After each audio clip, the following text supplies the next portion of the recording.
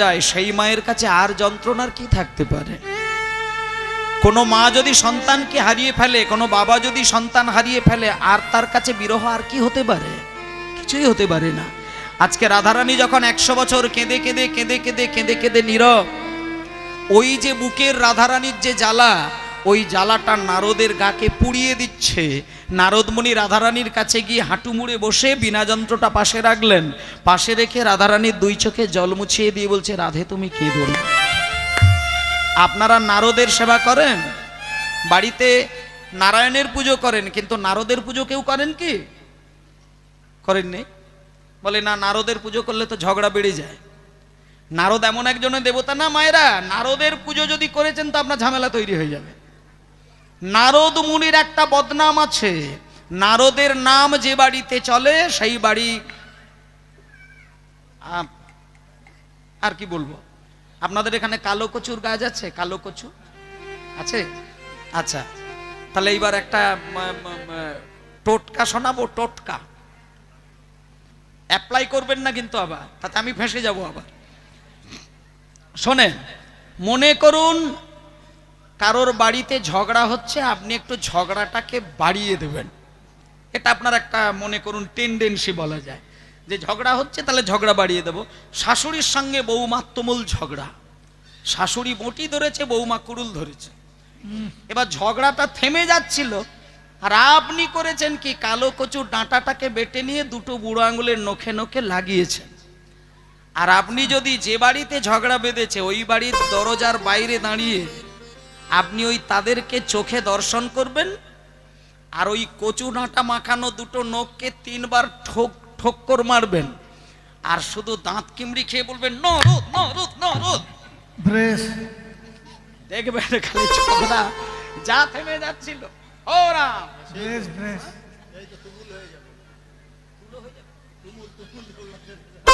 ঝগড়া থেমে যাচ্ছিল। আপনি যে কাণ্ডটা ঘটিয়েছেন পরের দিনে গিয়ে খোঁজ নেবেন, সব সর্বনাশ হয়ে গেছে। মানে এমন একজন দেবতা যার নাম নিলে ঝগড়া বেড়ে যায়, সেই দেবতার নাম হলো নারদ। ওই জন্য কারোর বাড়িতে নারদের পুজো হয় না, বরং বাড়িতে যদি নারদ থাকে সেই বাড়ি তজনজ হয়ে যায়।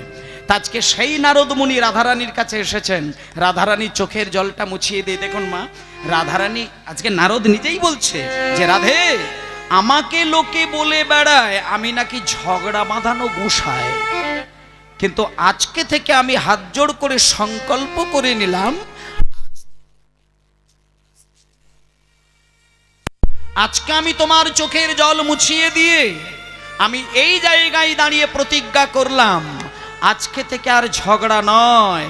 আজ আমি তোমাকে কথা দিয়ে গেলাম, যেন তেন প্রকারে তোমার সঙ্গে আমি কৃষ্ণের মিলন ঘটাবো। তাই আজকে থেকে মায়েরা নারদকে আর খারাপ দৃষ্টিতে দেখবেন না। যারা কৃষ্ণকে পাননি অথচ কাঁদছেন, নারদকে স্মরণ করে যান, নারদ যদি কৃপা করে আপনার সঙ্গে কৃষ্ণের দেখা হয়ে যাবে। আজকে রাধারানীকে বলে দিলেন, রাধে তুমি কয়েকটা দিন অপেক্ষা করো, আমি কৃষ্ণের সঙ্গে মিলন ঘটাবো। কিরকম কায়দায় মিলন হবে আপনারা একটু সুন্দর করে শুনবেন, মনটাকে সংযত রাখুন, আপনারা আইঢাই করবেন না। খিদে আর চোখের ঘুম, এই দুটো আমাদের জীবনে খুব কাল হয়ে যায়, জানো তো মা। কোনো জায়গায় ঘুরে বেড়াবেন, সিনেমা দেখবেন, সিরিয়াল দেখবেন, পেটে খিদে থাকবে না। হরিবাসরে বসলেই খিদে এসে যায়, হরিবাসরে বসলেই বাতের ব্যথাটা যেন বেড়ে ওঠে, হরিবাসরে বসলেই যেন চোখে ঘুম এসে যায়। এটা যদি কারোর আসে তাহলে জানতে হবে কলি কোথাও বাস করছে না, আপনার কাছেই ঘুরঘুর ঘুরঘুর করছে। ওই জন্য পেটে খিদে, চোখে ঘুম, এটা আসতে পারে কিন্তু আপনি উঠবেন না। এটা বলে দিচ্ছি, আসতেই পারে কিন্তু উঠবেন না। উঠে গেলেন তো আপনি পরাজিত হয়ে গেলেন, কিন্তু উঠবেন না, এখানে বসে থাকবেন। আজকে নারদ মুনি বিনা যন্ত্রকে হাতে নিয়ে বলছে, ওরে বিনা, অনেক কৃষ্ণ নাম করেছিস, আর কৃষ্ণ নাম নয়। কৃষ্ণকে ভালোবেসে রাধারানীর কি দুর্গতি হয়েছে দেখ, আমাকে তুই কৃষ্ণ নাম শোনাবি না, আজকে তুই আমাকে রাধা নাম শোনা। আচ্ছা, নারদের বাহনকে বলুন তো মা। ওই মা বলছে, বলে ঠেকি, আমি বলে দিয়েছি 10-এ 12 পেয়ে যাবো। তা নারদ ঢেকির ওপরে চললেন, ঢেকির ওপরে চড়ে বলছে, আর বিনাকে বলছে, এই বিনা, কৃষ্ণ নামটা বাদ দিয়ে দে, তুই আমাকে প্রাণ ভরে 2টো কানে। রাজপ্রাসাদের ভেতরে যিনি বসেছিলেন তিনি হচ্ছেন কৃষ্ণ, আজকে যে লীলাটা আপনারা আস্বাদন করছেন, আপনাদের একটা খুব গোপন কথা বলে দিচ্ছি, গোপন কথা। আজকের লীলাটা যদি শুধু মন দিয়ে শ্রবণ করে যান, এই জীবনে যত পাপ কর্ম করেছেন, যেগুলো জেনে শুনে পাপ করেছেন সেগুলো কিন্তু আমি দায়িত্ব নিতে পারছি না, কিন্তু যে পাপগুলো আপনার অজান্তে হয়ে গেছে বুঝতে পারেন না, সেই পাপগুলো কিন্তু এই যজ্ঞ শুনলে পরে অনায়াসে বিগলিত হয়ে গোবিন্দচরণে চলে যায়। তাই জন্য যারা আজকে আসরের মধ্যে বসে গেছেন, এখন থেকে আমি দায়িত্ব দিচ্ছি, আর আপনারা যেন আসনটা ত্যাগ করবেন না, তাতে আপনাদের সর্বনাশ হবে। সে দায়িত্ব আর আমিও নেব না, কমিটিও নেবে না। আমি বলবো কমিটি যেন দায়িত্বটা না নেয়, এটা আপনার যে যার গুরু দায়িত্ব। যারা এই মুহূর্তে উঠে গেছেন, কিন্তু আর বসবেন না, খুঁটি খাটা কেউ যেন আর ছাড়বেন না, সব যে যেখানে আছে বসবেন। তাতে করে সর্বনাশ কি হবে আমি শেষে বলবো, এখন বলবো না, মারাত্মক সর্বনাশ হবে। শুনে নিন, আজকে রাধারানীর নাম যখন দ্বারকার পথে পথে করলেন, সিংহাসনে বসেছিলেন আমার প্রাণ কৃষ্ণ, তিনি দুম করে লাফিয়ে দরজার বাইরে এসে দেখছেন নারদ। নারদের কাছে এসে কৃষ্ণ বলছেন, নারদ, এই যে নারদ, আমি সারা জীবন দেখে এসেছি তোমার বিনা যন্ত্রের মধ্যে তুমি নারায়ণ নারায়ণ নারায়ণ এটাই বলো।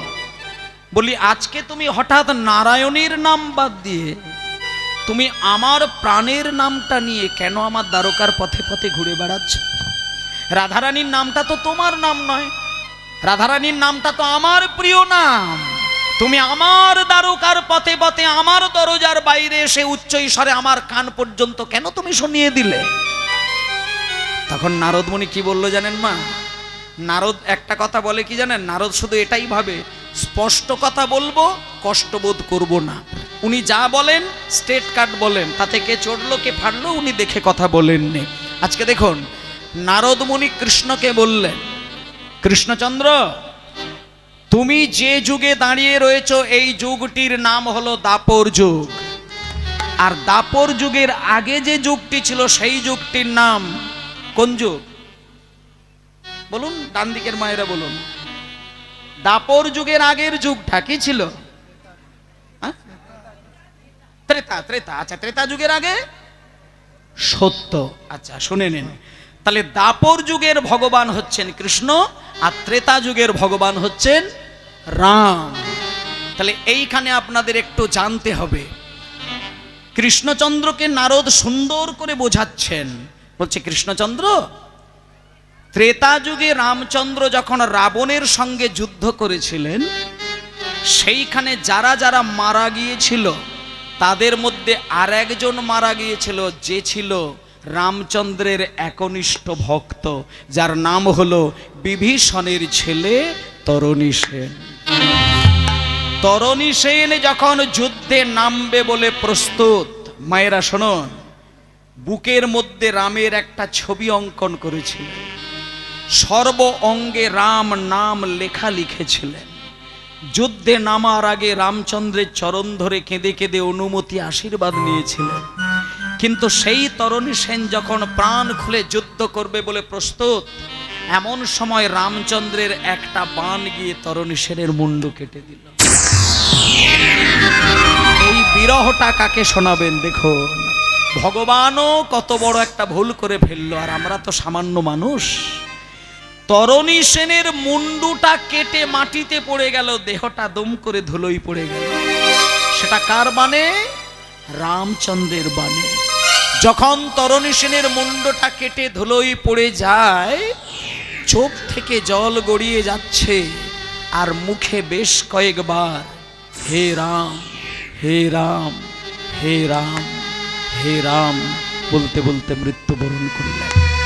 কিন্তু মায়েরা, ওই যে রাম তার নিজের ভক্তকে মেরে ফেললেন, সেটা প্রতিকার করার জন্য, প্রায়শ্চিত্ত করার জন্য রাম নিজ দায়িত্বে একটা যজ্ঞ করেছিলেন, যে যজ্ঞটির নাম হলো অশ্বমেধ যজ্ঞ। আজকে এবার কৃষ্ণকে কোন কায়দায় বোঝাচ্ছেন? দেখো, নারদ কৃষ্ণকে বোঝাচ্ছেন, কৃষ্ণকে বলছেন, কৃষ্ণচন্দ্র, তুমি যে দাপর যুগে কুরুক্ষেত্রের যুদ্ধটা বাঁধালে, আচ্ছা মায়েরা বলুন তো, আমি আপনাদের থেকে যুক্তিটা নিয়ে বলছি, ধর্মের পক্ষে দাঁড়িয়ে থেকে অধর্মের বিরুদ্ধে যদি আপনি যুদ্ধ করেন, সেখানে যতগুলো ব্যক্তি মারা যাবে প্রত্যেকটা মানুষ কি অধার্মিকই মরবে? ধার্মিক লোক কিছু মরবে না? 1 লক্ষ ধার্মিক আর 1 লক্ষ অধার্মিক, এই 2 লক্ষ মানুষের মধ্যে যখন যুদ্ধ বেঁধে যাবে, সেখানে যারা যারা মরবে সবাই কি অধার্মিক মরবে? কি কিছু কিছু কিন্তু ধার্মিক লোকেরও প্রাণ চলে যাবে।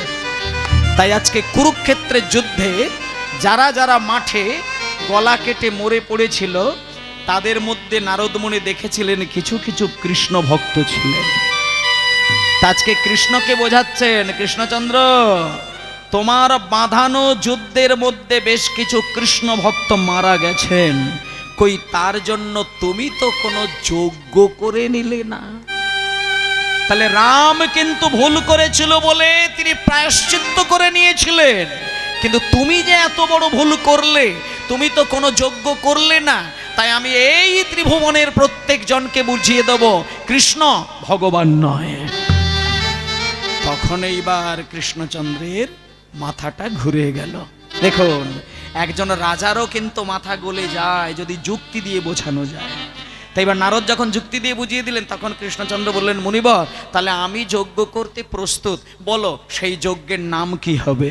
তখন নারদ বলছে, তেতাই রাম রাজা ছিল অশ্বমেধ যজ্ঞ কইল, হরি হরি হরি রাম রাজা ছিল অশ্বমেধ যজ্ঞ কইল, তাই রাম রাজা ছিল অশ্বমেধ যজ্ঞ কইল, তাই রাম রাজা ছিল অশ্বমেধ যজ্ঞ কইল। এইবার তোমাকে আমি যে যজ্ঞটা করবার বিধান দেব, সেই যজ্ঞের নাম আমি বলে দিলাম, দান ব্রত যজ্ঞ হবে এবে। রাজন দান ব্রত যজ্ঞ হবে এবে, রাজন দান ব্রত যজ্ঞ হবে এবে, রাজন দান ব্রত যজ্ঞ হবে এবে, দান ব্রত যজ্ঞ হবে, দান ব্রত যজ্ঞ হবে, দান ব্রত যজ্ঞ হবে। তাহলে আজকে মায়েরা কোন লীলা শুনতে বসেছেন? আমি বলে দিলাম, নামকরণ করে দিলাম। আজকের লীলার বিশেষ গুরুত্ব হচ্ছে দানব্রত যজ্ঞ। তাহলে আপনাদের কাছে এইবার আমি একটু জেনে নেব, দানব্রত যজ্ঞটা তো আমি করব আপনাদের গ্রামে, এটা কি বেনিয়মে করলে ভালো হয় না নিয়মে করলে ভালো হয়? নিয়ম মেনে চালাই তো ভালো, বেনিয়মে করলে আবার হুমড়ি খেয়ে পড়তে হবে, কোমরে ব্যথা হবে, সে আবার অনেক জ্বালা। তার থেকে নিয়মেই করি, আর বেশি বাড়িয়ে নিয়ম করব না, 3টে নিয়মের মধ্যে আবদ্ধ রাখবো। 3টে নিয়মের প্রথম নিয়মটা বলে দিচ্ছি, শুনে নিন। এটা আমি বলছি না, নারদ মুনি বলে দিচ্ছেন কৃষ্ণকে, যে কৃষ্ণচন্দ্র দানব্রত যজ্ঞ তোমাকে করতে হবে, আর নিয়ম হচ্ছে 3টে। প্রথম নিয়মটা কি? শোনো বলি হে রাজন ত্রিভুবন নিমন্ত্রণ, শোনো বলি হে রাজন ত্রিভুবনে নিমন্ত্রণ, শোনো বলি হে রাজন ত্রিভুবন নিমন্ত্রণ, শূন্য বলি হে রাজন ত্রিভুবন নিমন্ত্রণ, নিমন্ত্রণ আর নিমন্ত্রণ, নিমন্ত্রণ সবারে করিবে, রাজন নিমন্ত্রণ নিমন্ত্রণ সবারে করিবে, নিমন্ত্রণ সবারে করিবে। আচ্ছা দাঁড়াও দাঁড়াও দাঁড়াও। তাহলে আজকের প্রথম নিয়ম হচ্ছে ত্রিভুবনের লোককে নিমন্ত্রণ দেবেন, স্বর্গ মর্ত পাতাল। আচ্ছা আমরা কোন লোকের? আমরা স্বর্গের মানুষ না পাতালের মানুষ না মর্ত লোকের মানুষ? মর্তধামের। তাহলে আপনারা কি নিমন্ত্রণ পেতে ইচ্ছুক?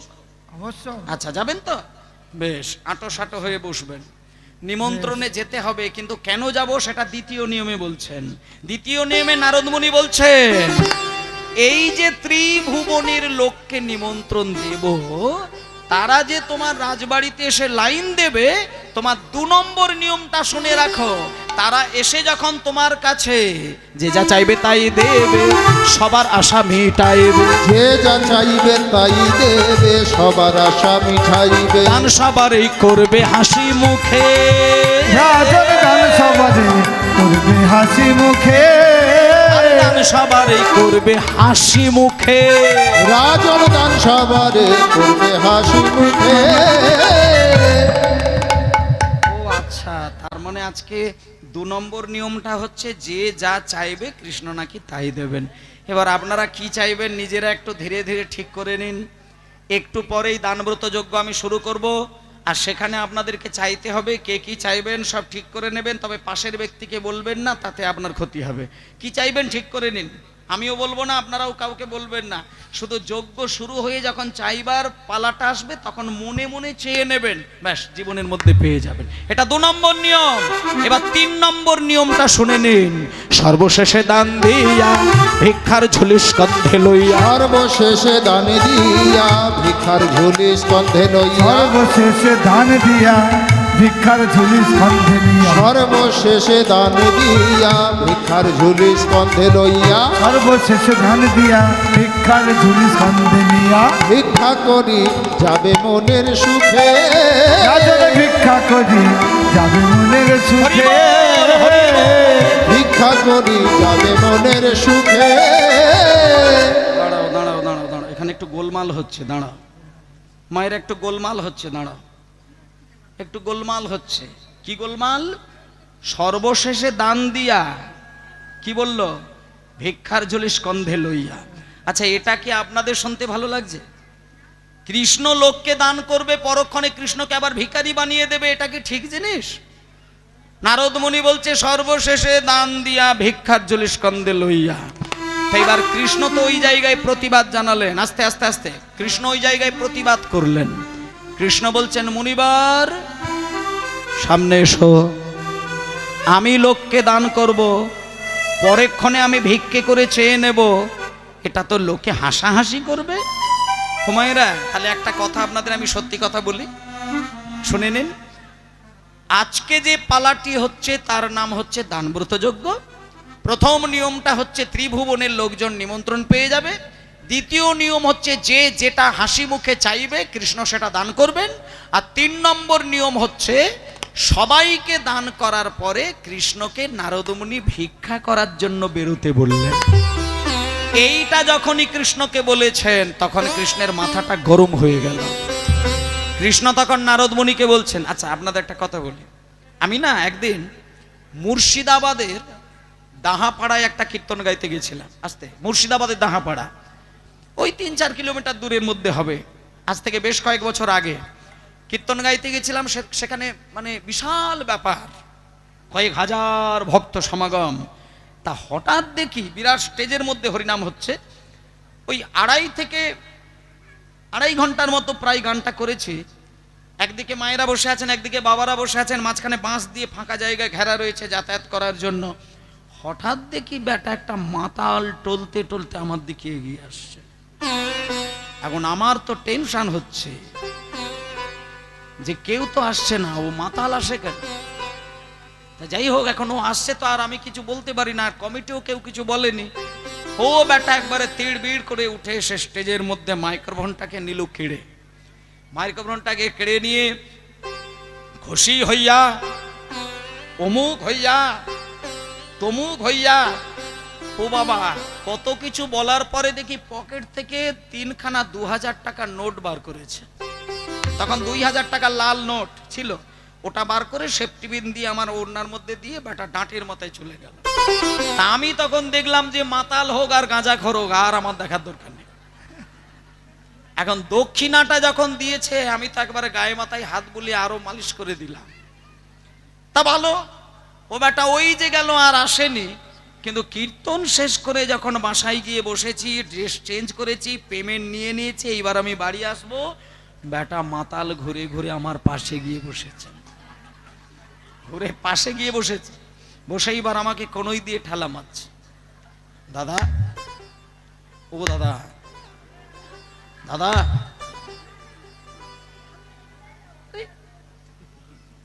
এরকম আমার গায়ে ঠেল মারছো কেন?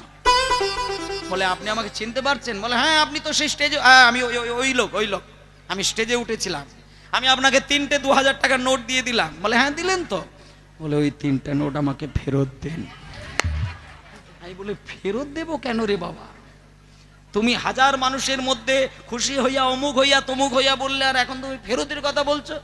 বলে আসলে আমি যখন আপনাকে ওগুলো দিয়েছিলাম না, তখন আমার ভেতরে আমি নিজেই ছিলাম না, আমার পেটের মধ্যে একজন ছিল, ও দিয়েছে, এখনো বেরিয়ে গেছে, আপনি ওটা দিয়ে দিন। এখন কোনো জিনিস দেওয়ার পরে সেটা যদি ও আবার গুছিয়ে বাগিয়ে কোনো কায়দা করে ফেরত নিয়ে নেয়, ওটা হাসি বাইরে থেকে লাগলেও ভেতরে তো কষ্ট লাগবে। ৬,০০০ টাকা বলে কথা, এখন বাধ্য আমি দিয়ে দিলাম, কিন্তু এটা হাস্যকর তো বটে। কেউ কিছু দিয়ে পরক্ষণে চাইলে সেটা হাস্যকর অবশ্যই হয়ে যায়। তা আজকে কৃষ্ণকে যখন বলেছেন সর্বশেষে দান দিয়া ভিক্ষার ঝুলি কাঁধে লইয়া ভিক্ষা করি যাবে মনের সুখে, তখন মাথাটা কৃষ্ণের গরম হয়ে গেল। বলে আমি লোককে দান করব, পরক্ষণে চেয়ে নেব, এ তো লোককে হাসাহাসি করবে। তখন নারদ মুনি বলছে না না না না না না না না, তুমি হাস্যকর ভাবে চাইবে কেন? মনে করো তুমি কাউকে দান করেছো ৫ লাখ টাকা, কিন্তু পরক্ষণেই যখন ভিক্ষার আঁচলটা তুমি তার কাছে পাতবে, তুমি বলবে বাবা আমাকে ১টি টাকা ভিক্ষা দাও। বলি উমা ৫ লক্ষ টাকা দান করব, পরক্ষণে ১ টাকা চেয়ে নেব কেন? বলে বুঝলে না, কাউকে অধিক মাত্রায় দান করে পরক্ষণেই মাথা নত করে সামান্য যদি কিছু চেয়ে নেওয়া যায়, তাহলে দানের অহংকার দূরে যাবে। হরি হরি হরি বল। অহংকার দূরে যাবে। দান করে ভিক্ষা করলে দানের অহংকার দূরে যাবে। দান করে ভিক্ষা করলে দানের অহংকার দূরে যাবে। ওই দান করে ভিক্ষা করলে দানের অহংকার দূরে যাবে। দান করে ভিক্ষা করলে দানের অহংকার দূরে যাবে। দানের অহংকার দূরে যাবে। আচ্ছা, তাহলে এই জন্য আপনাদেরকেও একটা কথা বলি, কোনোদিন যদি কোনো পারপাসে কাউকে দান করেন, সেটা ধর্মীয় অনুষ্ঠানে হোক, কারো শারীরিক অসুস্থতাই হোক, অভাব অনটনের দিক থেকে হোক, কাউকে যদি মনে হয় যে আপনি অনুদান করেছেন, চেষ্টা করবেন ওই দান যেন আপনাকে অহংকারে পরিণত না করে। এটা কৃষ্ণকে পর্যন্ত নারদ শিখিয়ে দিলেন। দান এমন একটা জিনিস, কারোর হাত দিয়ে যদি দান হয়ে যায় তার অজান্তেই অহংকার তৈরি হয়ে যায়। তাই ভগবানকে শিক্ষা দিলেন, দান করে অহংকার যদি তোমার এসে যায়, দানের ফল থেকে যতটা না হবে তার থেকে বেশি ক্ষতি হয়ে যাবে। তাই জন্য যখন সুন্দর করে কৃষ্ণকে বুঝিয়ে দিলেন, এইবার নারদ মুনির কথা পরিষ্কার বুঝে গেছেন। এইবার কৃষ্ণ বললেন, নারদেরও কথা শুনি কহে দেবে চিন্তামণি। নারদের কথা শুনি কহে দেবে চিন্তামণি। এই নিমন্ত্রণের ভারে কে বালবে, এই নিমন্ত্রণের ভারে কে বালবে। আরে নিমন্ত্রণের ভারে কে বালবে, এই নিমন্ত্রণের ভারে কে বালবে। আচ্ছা, এইবার নারদ মুনিকে কৃষ্ণ বললেন, মুনিবর আজকে তাহলে আমি দানব্রত যজ্ঞ করব, কিন্তু দানব্রত যজ্ঞটা তো আমার রাজবাড়িতে হবে না। তখন নারদ মুনি বলছে না না না না না না না না, রাজবাড়িতে ওটা করলে হবেও না, কারণ রাজবাড়িতে করলে তোমার বসার জায়গা তুমি দিতে পারবে না। এবার আপনাদের আমি ঠিকানাটা বলে দিই, সেই জায়গাটা যদি জীবনে কোনোদিন পারেন তো আপনারা ঘুরে আসবেন। মায়েরা বাবারা সবাইকে বলছি, কোনোদিন কোনো পারপাসে যদি আপনারা গুজরাটে বেড়াতে যান, গুজরাট যদি কোনোদিন বেড়াতে যান, গুজরাটের একটা বিখ্যাত জায়গা, যে জায়গাটির নাম হচ্ছে সোমতীর্থ। সেই সোমতীর্থের জলের পাশে একটা সরোবর রয়েছে, যে সরোবরে চাঁদকে স্নান করিয়েছিলেন, এবং চাঁদকে স্নান করানোর পরে চাঁদের হারানো প্রভাটা ফেরত এসেছিল।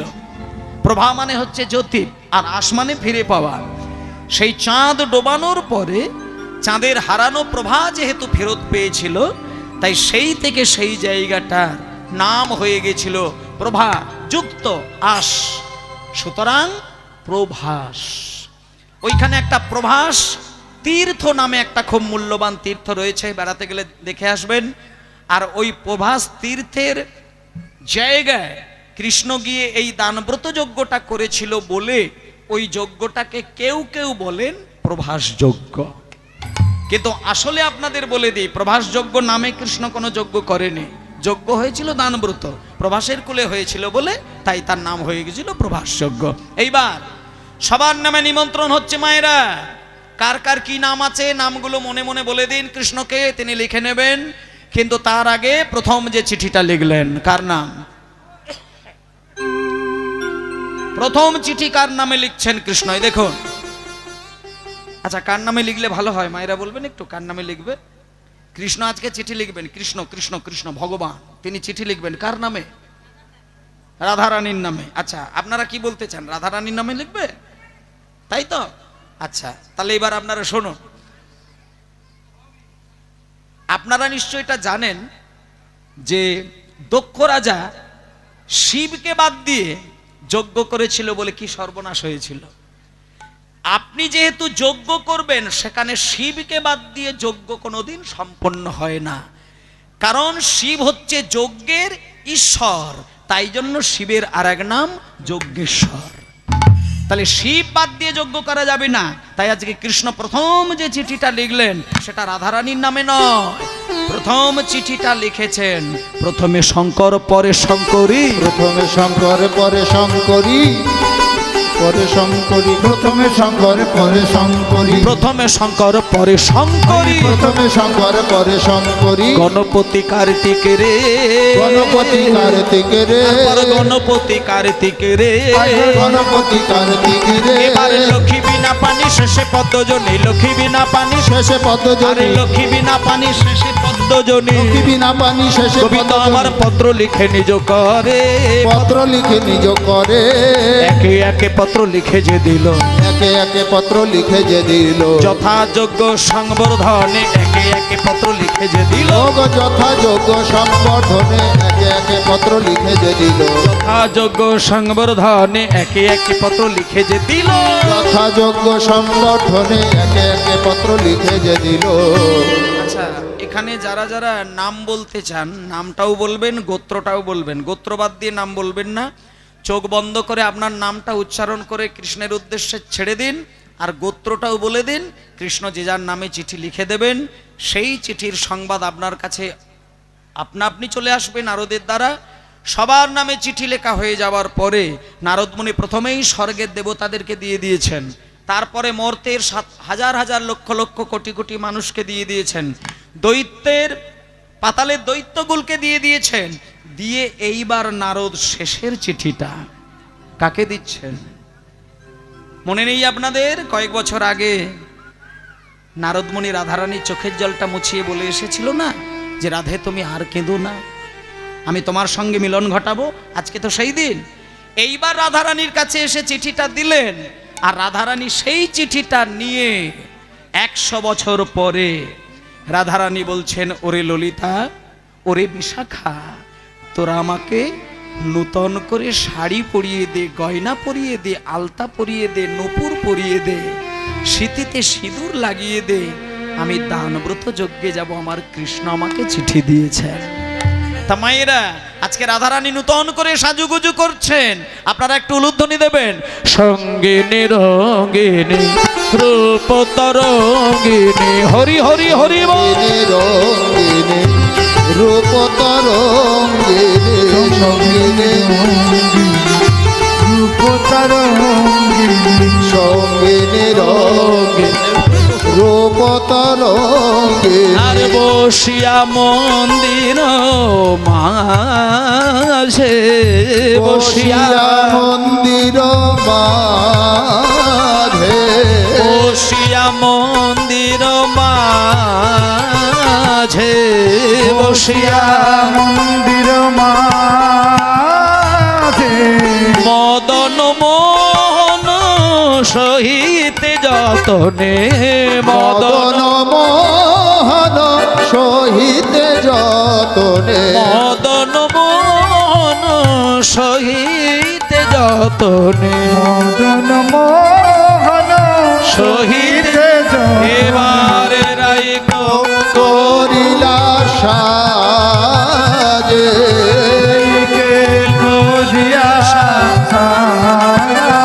আরে রাই করিলা সাজে, রাই করিলা সাজে, সঙ্গিনী রঙ্গিনী, উলুধ্বনি হরি বল। রঙ্গিনী সঙ্গিনী রঙ্গিনী রূপ তরঙ্গিনী, সঙ্গিনী রঙ্গিনী রূপ তরঙ্গিনী, সঙ্গিনী রঙ্গিনী রূপ তরঙ্গিনী।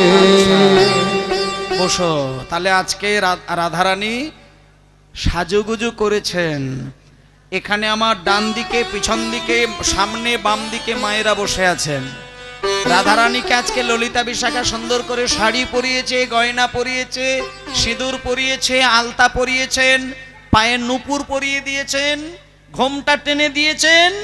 এইবার কৃষ্ণ দর্শনে যাবেন। আপনারা বলুন, এটা আপনাদের ভালো লাগছে না বুকে যন্ত্রণা হচ্ছে? এখানে এই যে রাধারানী 100 বছর পরে কৃষ্ণ দর্শনে যাবেন, আস্তে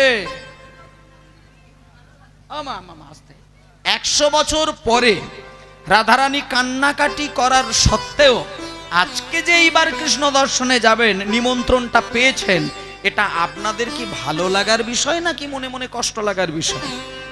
ভালো তো লাগছে, কিন্তু একজন তো হাড়ে হাড়ে জ্বলে যাচ্ছে, সে তো একবারে হিংসেতে জ্বলছে। সে রাধারানীর ওই কে ননদী, তার নাম কি? কুটিলা। ও তো একবারে জ্বলে পুড়ে ছাই। ও দাদা, দাদা বলছি, বড় লোকের মেয়েকে বৌদি করে নিয়ে এসেছো, হ্যাঁ? ভাঙা ছাদের তলায় শুতে দেবে বলে? হ্যাঁ, শোনো, আবার বলো, আবার তেড়ে গায়ের জোর ধরে বলো।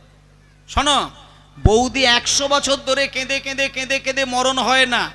আজকে নূতন করে শাড়ি পরেছে, গয়না পরেছে, আলতা পরেছে, সিঁদুর পরেছে। কেন জানো? তুমি এটা জানো না? আজকে এই রাতের বেলায় কৃষ্ণ দর্শনে যাবে। আবার ও মানে কি? তুমি একটা কাজ করো, মা কালীর মন্দিরে যাবে, মা কালীর মন্দির থেকে তুমি ওই খাড়াটাকে টেনে নিয়ে এসো। নিয়ে আমার মনে হয় তুমি আর ওই সময় দিও না, তুমি যে ওই যেন তেন ভাবে বৌদির সঙ্গে একটা হেস্তনেস্ত করে দাও, কেমন? এবার যখনই বলেছে বৌদির সঙ্গে একটা হেস্তনেস্ত করে দাও, তখন আয়ান করেছে কি মায়েরা, সঙ্গে সঙ্গে আয়ান হচ্ছে কালীর ভক্ত। কালীর মন্দিরে গিয়ে ওই যে খাড়াটা থাকে মা কালীর হাতে, ওই খাড়াটাকে টেনেছে, টেনে নিয়ে রাধারানীর কাছে গিয়ে বলছে, রাধে কোথায় যাবে? বলি, এত রাত্রে শাড়ি পরে আর এই এত বড় একটা সিঁদুরের ফোঁটা দিয়ে আর ওই গয়না কাটি পরে কোথায় যাবে? তখন রাধারানী বলছেন, স্বামী আপনি যখন এসে গিয়েছেন তাহলে আমার ভালোই হলো। আমি ভেবেছিলাম একটু পরেই আপনার চরণ ধরে অনুমতিটা নেব, তা আপনি এসে গেছেন, ভালোই হয়েছে। কোথায় যাবে তুমি? রাধারানী বলছেন, আমি আজকে কৃষ্ণ দর্শনে যাব। কৃষ্ণ দর্শনে যাব মানে? আমি তোমার স্বামী, তুমি আমার স্ত্রী, তুমি কৃষ্ণ দর্শনে যাবে? বলে, হ্যাঁ স্বামী, আজকে আমাকে অনুমতি দিন, আজকে আপনি বাধা দেবেন না। আজকে যদি আপনি আমাকে বাধাও দেন, আজকে আমি শুনবো না, আমি জোর করে কৃষ্ণ দর্শনে যাব।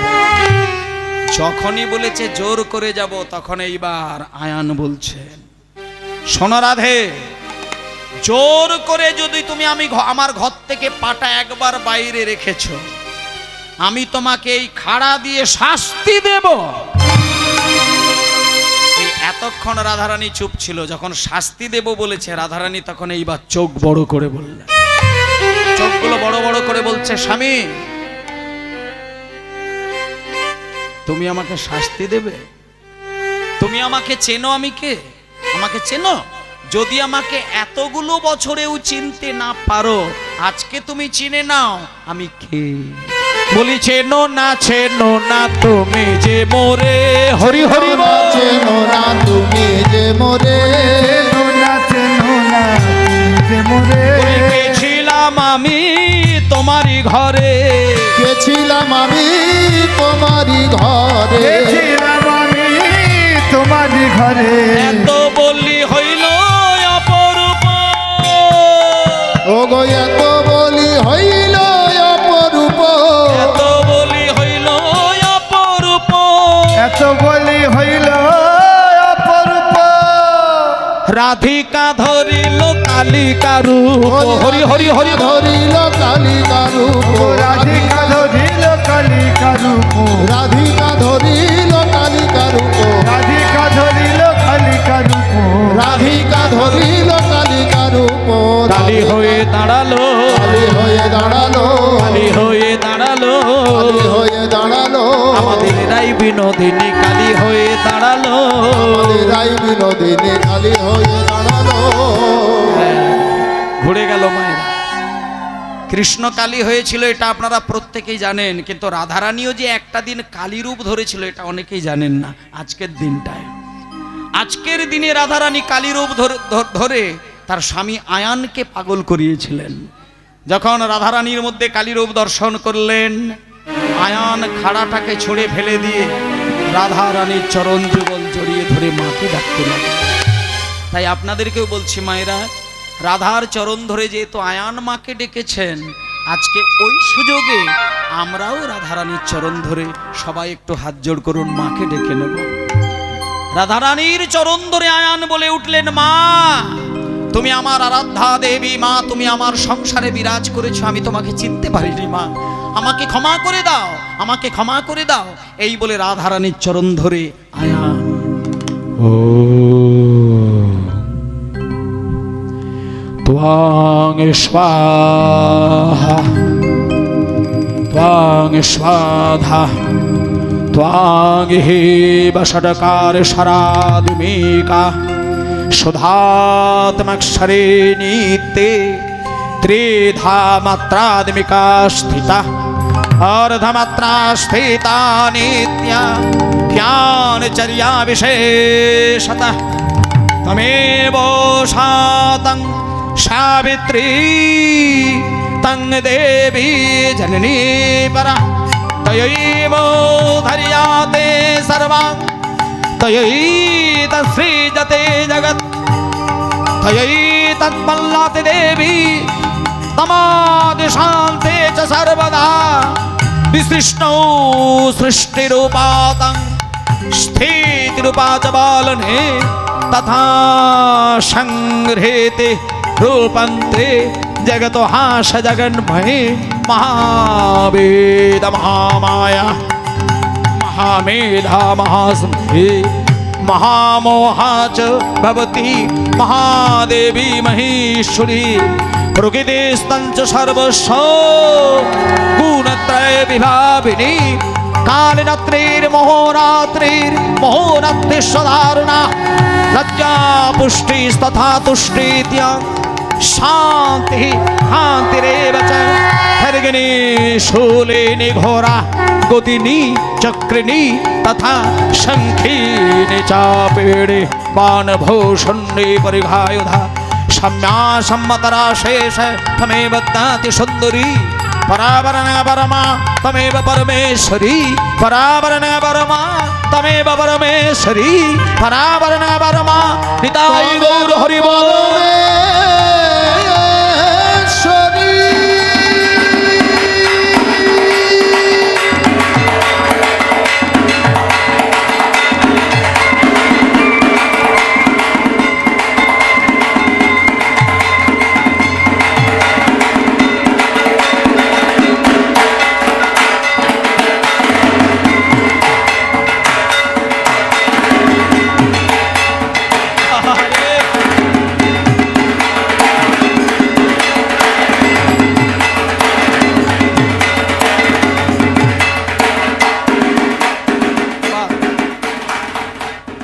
মানে মা কালীর মানে আয়ান হচ্ছে তার নিজের স্ত্রীর চরণ ধরে এতটাই ব্যাকুল প্রাণে ক্রন্দন শুরু করলেন, সাক্ষাৎ মা তিনি এসে আয়ানকে দেখা দিয়ে দিলেন এবং সঙ্গে সঙ্গে আচ্ছা একটুখানি আপনাদের অনুমতি নিয়েই মায়েদের, যেহেতু একটু মায়ের স্তব আমরা শুনলাম, একটা কলি কি মায়ের গান গাইব? এক লাইন, বেশি গাইব না, একটা ছোট্ট করে। পরবর্তী দল আছে ওনার গানও আপনাদের শুনতে হবে, ছোট্ট করে একটা গান গাইব, একটা প্যারা গাইব, বেশি না। মা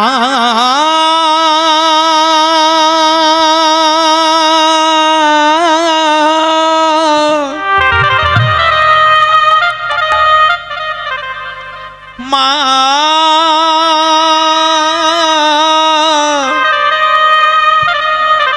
মা গো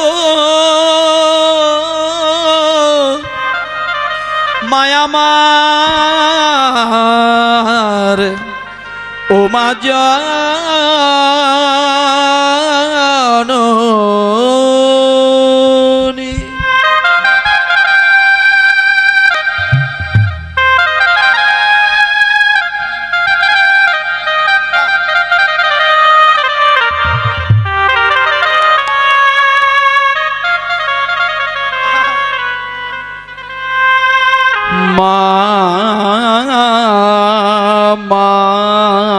গো ও মা জননী, মা তোর চোখের কাজল সারা গায়ে মাখিয়ে দিল কে, মা তোর কে পরালো, মা তোর কে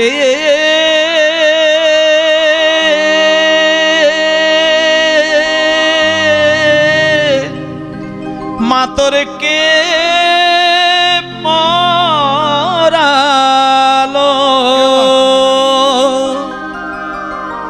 মা তোর কে পরালো শ্মশান চিতার ভস্য তিলকে, চোখের কাজল সারা গায়ে মাখিয়ে দিল কে, মা তোর চোখের কাজল সারা গায়ে মাখিয়ে দিল কে, মা তোর চোখের কাজল সারা গায়ে মাখিয়ে দিল কে। হাড়ের মালা কোথায় পেলি, যোগিনী সাজ সেজে এলি, হাড়ের মালা কোথায় পেলি,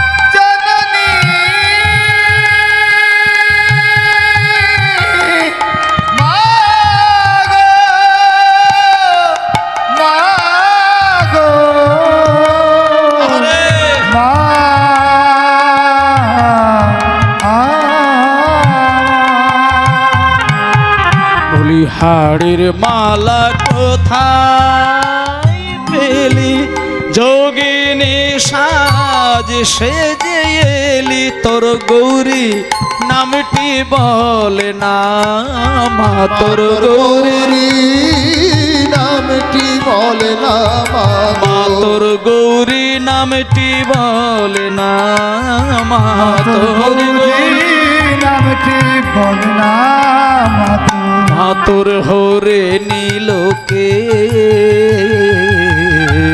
চোখের কাজল হরি হরি হরি হরি মাখিয়ে দিল কে, মা তোর চোখের কাজল সারা গায়ে মাখিয়ে দিল কে।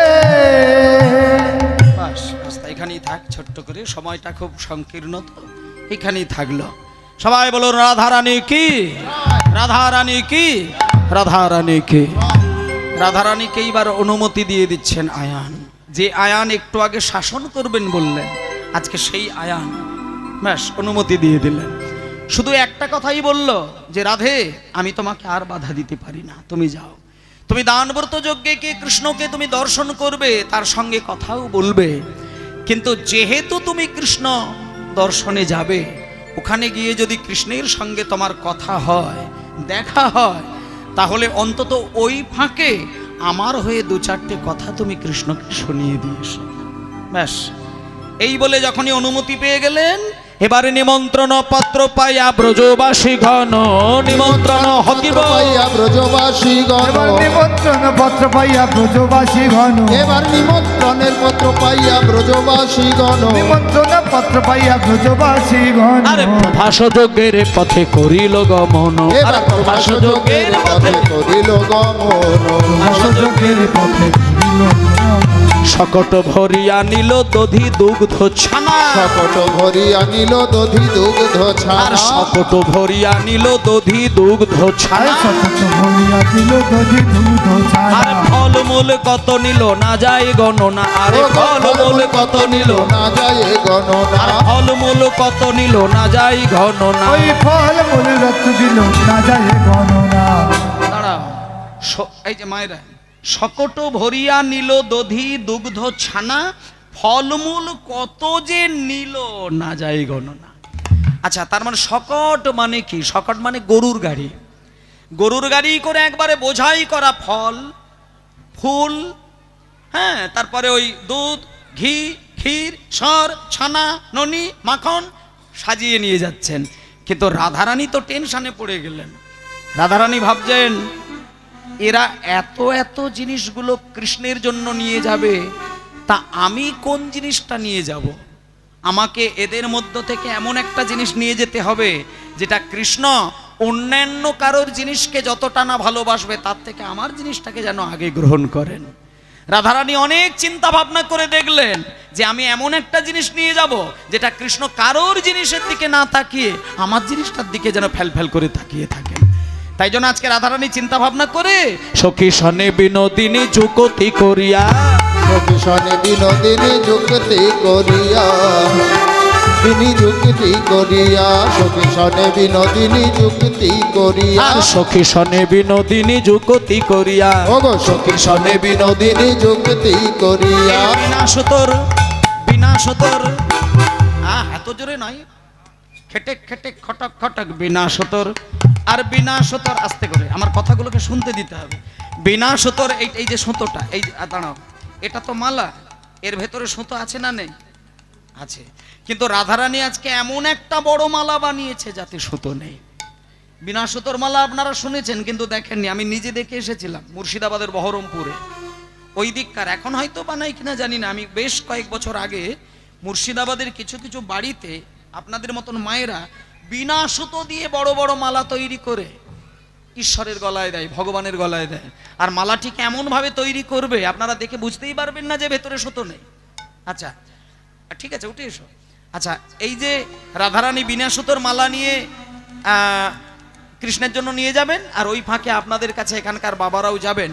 আপনারা ওই সুযোগটাতে রাধারানীর চরণে দান অনুদান হিসেবে আমার কমিটির বাবারা আপনাদের কাছে যাবে, একটুখানি বাবা অনুদান করে দেবেন। কারণ আপনাদের দেওয়া সম্পদ দিয়েই এত সুন্দর বাসর সাজানো হয়। তাই আজকে যদি ওনাদের ভিক্ষার ঝুলিতে কিছু দেন তাহলে এই দানব্রত যজ্ঞের দানটা আপনার ওইখানেই হয়ে যায়।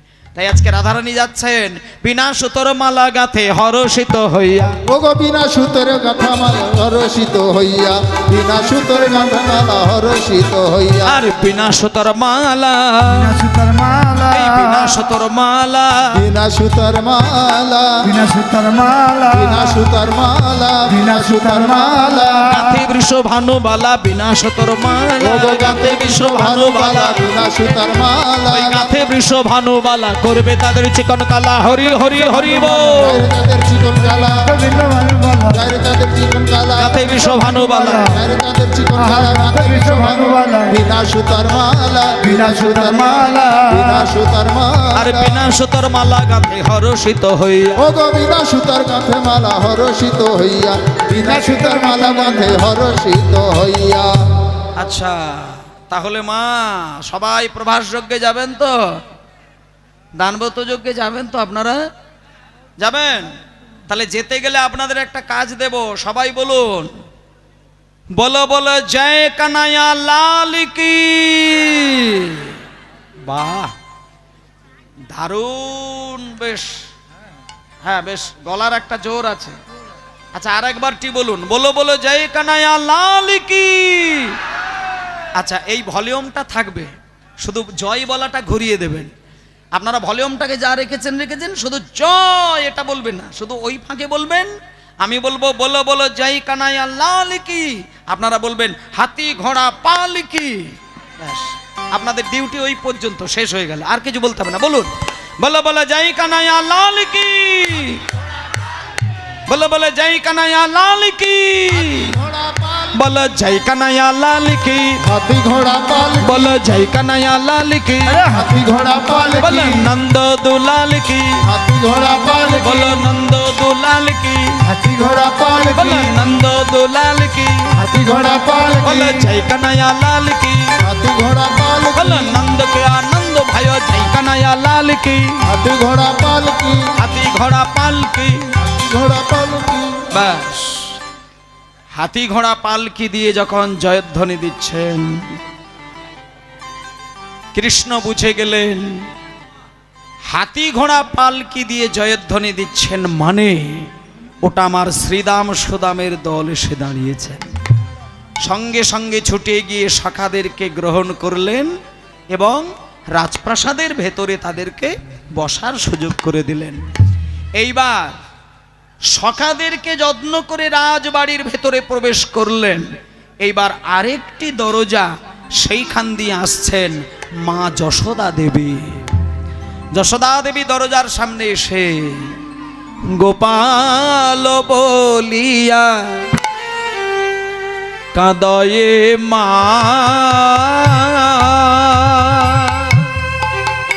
গোপাল বলিয়া কাঁদয়ে মা, গোপাল বলিয়া কাঁদয়ে মা, গোপাল বলিয়া কাঁদরে মা, ওরে গোপাল রে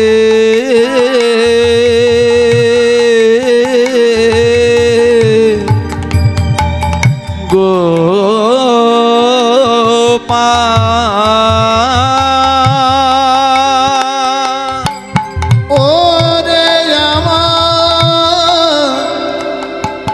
গোপাল রে,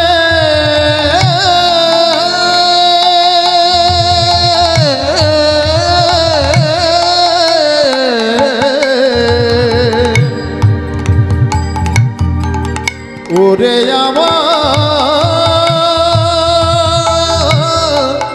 গোপাল রে,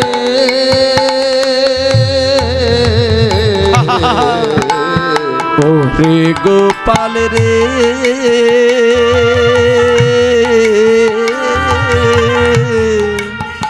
ও রে গোপাল, ওরে গোপাল গোপাল রে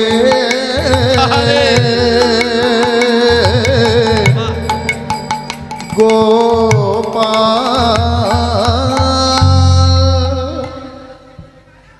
হুমায়রা আস্তে আস্তে, কথা নয় মা, যাই কিছু করেন না কেন শ্রবণটা যাতে ব্যাঘাত না ঘটে সেটা আপনারা একটু সচেতন হয়ে যান। এই দেখুন মায়েরা, কখনো কখনো আপনারা দেখবেন কোকিল কাকের বাসায় ডিম পাড়ে, হয় না? কোকিল কাকের বাসায় ডিম পাড়ে।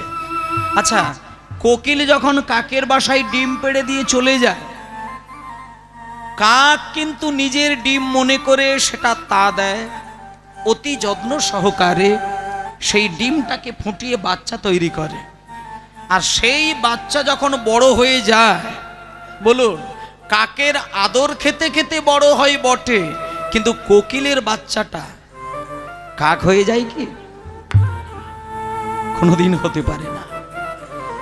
আজকে যখন রাজপ্রাসাদের দরজার সামনে ঘোমটা দিয়ে এক মা জননী দাঁড়িয়েছে, শুনুন মায়েরা, আইঢাই করবেন না মা, সময় গড়িয়ে যাচ্ছে, আইঢাই নয়।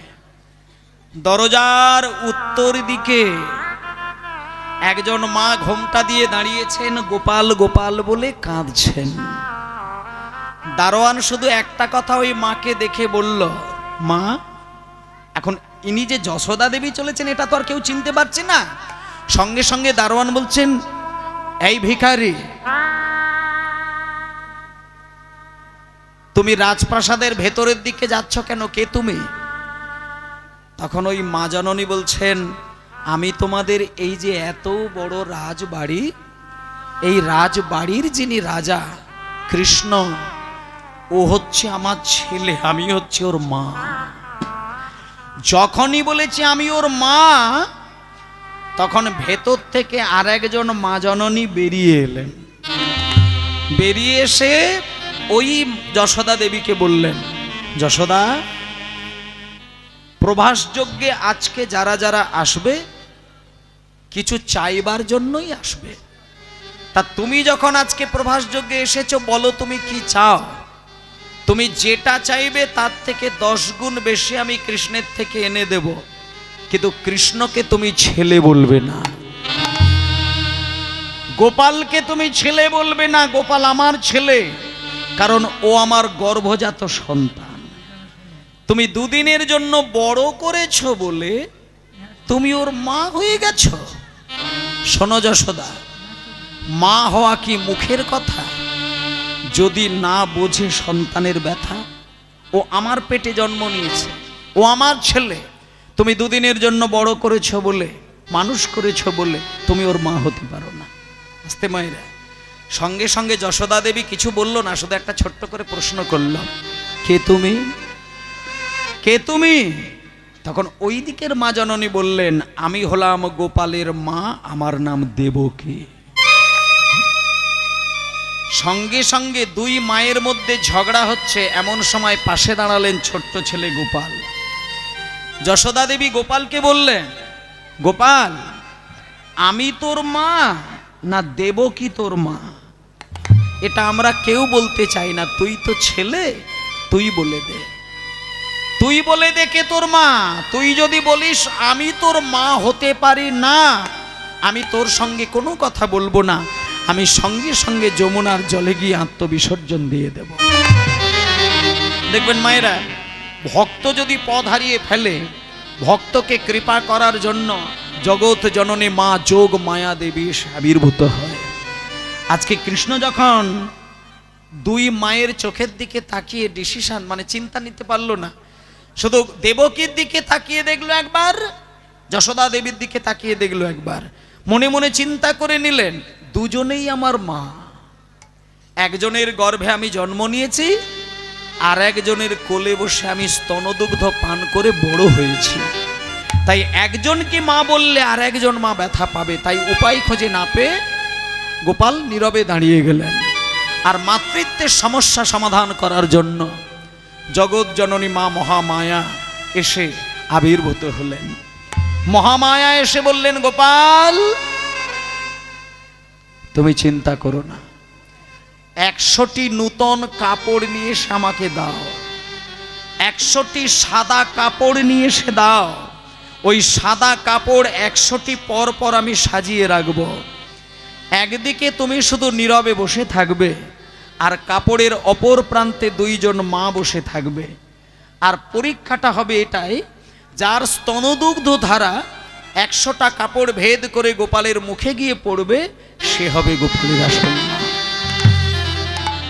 এই বলে মায়েরা যখন 100টা কাপড় পরপর সাজানো হয়েছে, প্রথমে দেবকী পরশ করে, হরিব প্রথমে দেবকী পরশ করে, প্রথমে দেবকী পরশ করে, প্রথম বসন্তার ভেদ না প্রথম বসন্তার ভেদ না করে, প্রথম বসন্তার ভেদ না করে, প্রথম বসন্তার ভেদ না করে।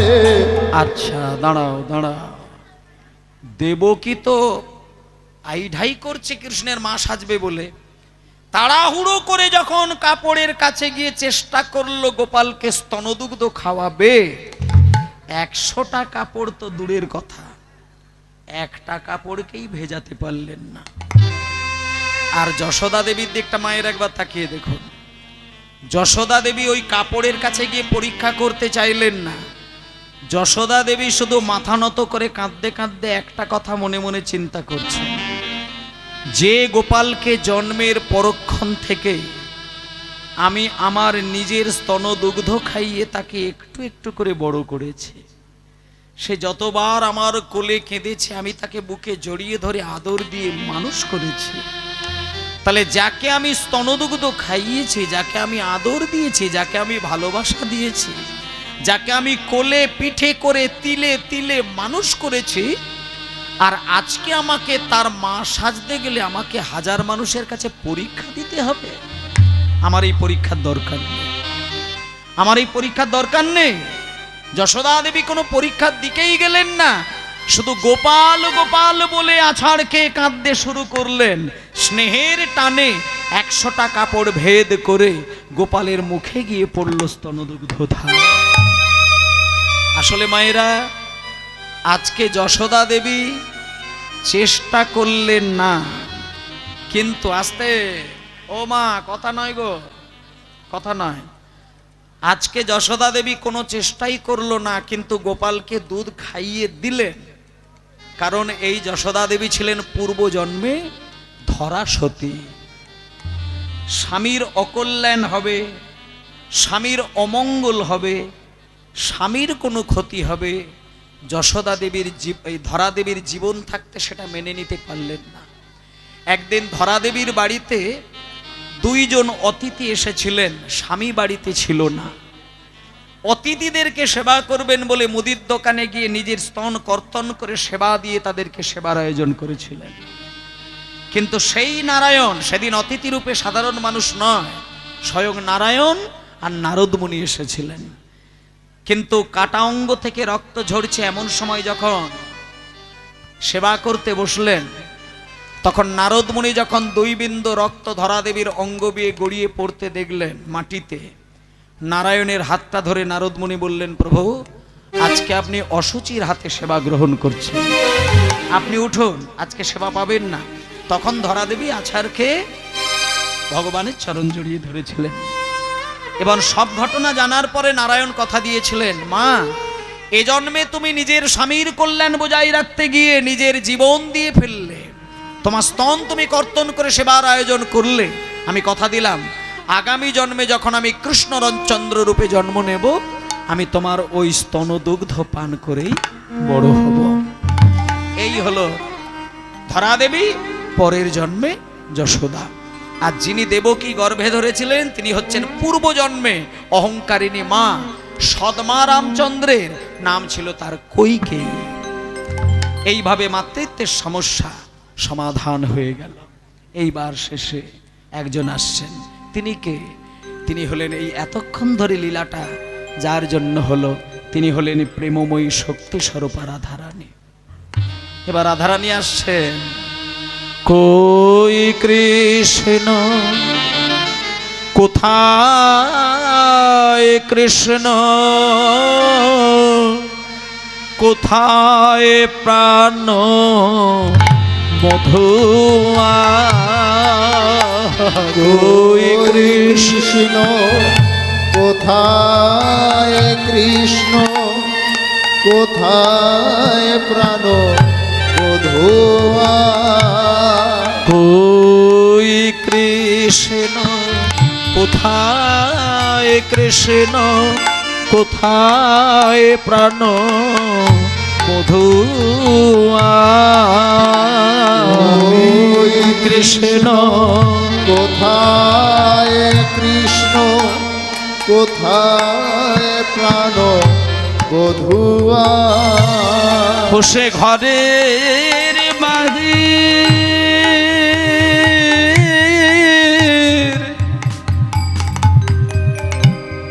করলে আমায় বাঁশি শোনাইয়া, সে ঘরের বাহির করলে আমায় বাঁশি শোনাইয়া।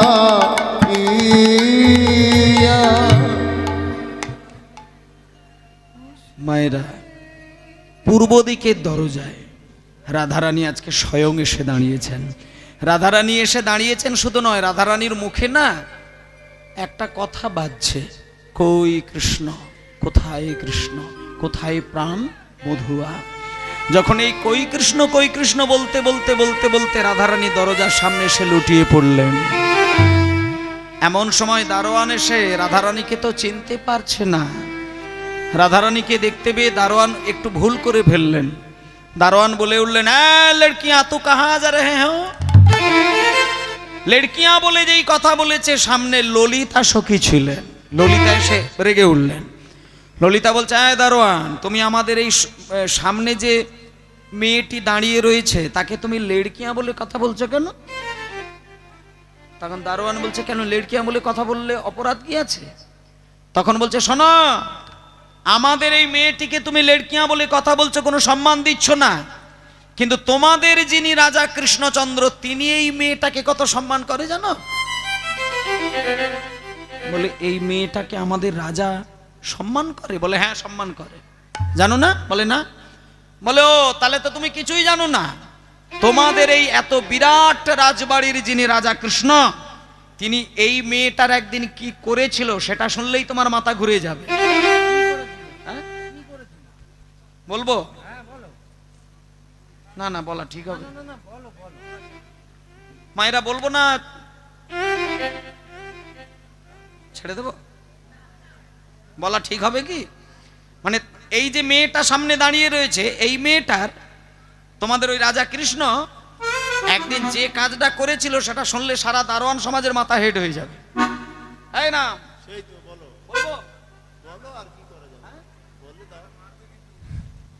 বলে দেবো? তাহলে বলে দিই, কিন্তু ও সব আর ভয় টয় দেখে লড়কা না। বলে দিই? বলি? বলতে লজ্জা হয়।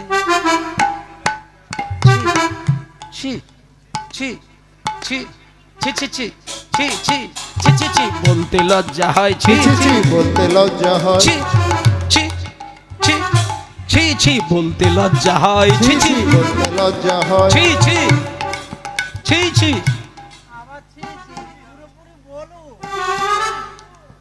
ও তাহলে বলেই দিই, ওই তোমাদের রাজা তোমাদের রাজা তোমাদের রাজা তোমাদের রাজা তোমাদের রাজা তোমাদের রাজা তোমাদের রাজা ছি ছি ছি ছি ছি ছি বলতে লজ্জা হয়। ছি ছি বলতে লজ্জা হয়।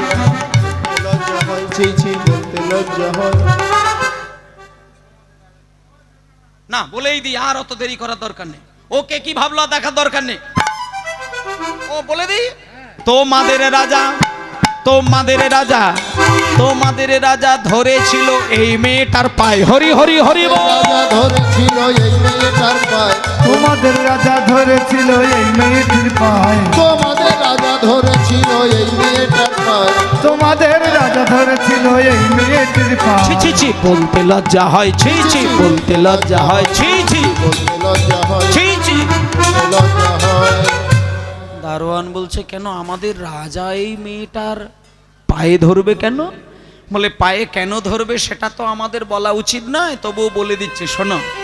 এই মেয়েটাকে তোমাদের রাজা দুটো পা জড়িয়ে ধরে একদিন কেঁদেছিল। কেন কেঁদেছিল সেটাও শুনে নাও। এই মেয়ে তোমাদের রাজার গুরু। এ তোমাদের রাজার গুরু। এই মেয়ে তোমাদের রাজার গুরু। মেয়ে তোমাদের রাজার গুরু। এই যে রাজা বাঞ্ছা কল্পতরু মেয়ে তোমাদের রাজার গুরু। রাজা বাঞ্ছা কল্পতরু মেয়ে তোমাদের রাজার গুরু। বিশ্বাস না হয় জিজ্ঞেস করো মেয়ে তোমাদের রাজার গুরু। বিশ্বাস না হয় জিজ্ঞেস করো মেয়ে তোমাদের রাজার গুরু। ও আচ্ছা দাঁড়াও দাঁড়াও দাঁড়াও, হতেও পারে আজকালকার দিনে তো মেয়েরাও খুব বড় বড় মানে সাধিকা হয়ে বসে আছে। হতে পারে এই মেয়ে হয়তো সেই রকমই কোনো মেয়ে। তা দুটো দারোয়ানের মধ্যে একজন দারোয়ান বাইরে রয়ে গেল আর একজন দারোয়ান কৃষ্ণের কাছে চলে গেল। দারোয়ান কৃষ্ণের কাছে গিয়ে বলছে মহারাজ ও মহারাজ ওই পূর্ব দিকে দরজায় না আপনার গুরুদেব এসে দাঁড়িয়েছেন। কৃষ্ণ বলছেন আমার গুরুদেব? আরে তুই কাকে দেখে আসলি? আমার গুরুদেব তো শান্তিপুনি মুনি গর্গাচার্য বশিষ্ঠ মুনি, এ তো সবাই আমার রাজবাড়ির ভেতরে। তুই কাকে দেখে এসেছিস? তখন দারোয়ান বলছে ও মা তাহলে ওই মেয়েটাকে? কি সুন্দরী একটা মেয়ে, ঘোমটা টানা, লাল সিঁদুর পরা। কই কৃষ্ণ কোথায় কৃষ্ণ বলতে বলতে কাঁদতে কাঁদতে আছাড় খেয়ে পড়লো। আর যখন চোখ থেকে বিন্দু বিন্দু জল গড়িয়ে যাচ্ছে যেন মনে হচ্ছে মুক্ত গলে গলে পড়ছে। আর ওই মেয়েটি নাকি গুরু, আর আপনি নাকি একদিন মেয়েটার পায়ে ধরেছিলেন। যে যখন দারোয়ানের মুখে এই কথা শুনলেন তখন কৃষ্ণচন্দ্র বলছেন ওরে দারোয়ান তুই যা শুনেছিস ঠিকই শুনেছিস, আর যাকে দেখে এসেছিস ঠিকই দেখে এসেছিস। এই শান্তিপুনি মুনি গর্গাচার্য বশিষ্ঠ মুনি এনারা যদিও আমার গুরু, কিন্তু যে মেয়েটিকে তুই নিজে চোখে দেখে এসেছিস ওই কিশোরী আমার প্রেমের শিক্ষা গুরু। হরি হরি বল। প্রেমের শিক্ষা গুরু। ওই কিশোরী আমার প্রেমের শিক্ষা গুরু। আমি প্রেম শিক্ষা করেছিলাম আমার প্রেমের শিক্ষা গুরু। প্রেম শিক্ষা করেছিলাম কিশোরী আমার প্রেমের গুরু। আমি প্রেম শিক্ষা করেছিলাম ব্রজের নিভৃত নিকুঞ্জ বনে। হরিব শিক্ষা করেছিলাম জলে ভীত বনে প্রেম শিক্ষা করেছিলাম ওই কিশোরী আমার প্রেমের গুরু। ভক্তমণ্ডলী মায়েরা, পরবর্তী দল ঠিক রাত 12টার সময় উনি আসছেন। আর আমার সময়টা যেহেতু হয়ে আসছে তাই জন্য এখন রাধার সঙ্গে কৃষ্ণের মিলন হবে। তার আগে একটা ছোট্ট পর্যায় বলে দিই আপনাদের। আমার পরে যেহেতু একজন কীর্তনিয়া আসছেন, উনি যে কোনো পালা যে কোনো লীলা গাইতে পারে, সেই জায়গাটা যাতে পরিষ্কার থাকে তার জন্য আজকে দ্বারকার যে রাধা কৃষ্ণের মিলনটা, এটা আমি দ্বারকার মিলনে রাখবো না, এটা আমি বৃন্দাবনের মিলনে রাখবো। কারণ আমার পরে যদি কোনো কীর্তনিয়া না থাকতো তাহলে সেইখানে দ্বারকায় মিলন রেখে দিলে সেটা ঠিক হতো। কিন্তু যেহেতু আমার পরে একজন কীর্তনিয়া আসছেন, উনি তো আবার বৃন্দাবন লীলা গাইতেই পারে, কিন্তু দ্বারকাতে যদি মিলন একবার হয়ে যায় পরক্ষণেই কিন্তু বৃন্দাবন লীলা আর হয় না। কারণ দ্বারকা হচ্ছে কৃষ্ণের শেষ লীলা, ওর পরে আর কৃষ্ণ বৃন্দাবনে আসেননি। কিন্তু যদি আপনাকে পুনরায় লীলা চালাতে হয় তাহলে সেই মিলনটা বৃন্দাবনে এসে মিলন করতে হয়। জয় নিতাই, নিতাই গৌর প্রেমানন্দে, হরিবোল হরিবোল হরিবোল, জয় নিতাই। বেশ, তা আজকে যখন শ্রীমতী রাধারানী নেবে নেবে আজকে সেই মিলন যোগ মায়াকে স্মরণ করে রাধারানীর মনের বাসনাটা রাজাকে পছন্দ হলো না বলে রাখালিয়া বেশ রূপ ধারণের যখন সংকল্প করলেন, তখন রাধারানীর কাছে কৃষ্ণ আবার ব্রজের ভাবে বিভাবিত হয়ে সেই রাখাল বেশে কৃষ্ণ ধারণ করে আজকে আমাদের বৃন্দাবনে যেমন রূপ ছিল সেই রূপে রাধা কৃষ্ণকে দাঁড় করিয়ে যোগমায়া হরি হরি রচি বৃন্দাবন হরি হরি হরি হরি রচি বৃন্দাবন হরি। শ্রী রাধারে দর্শন দিল রাধার দর্শন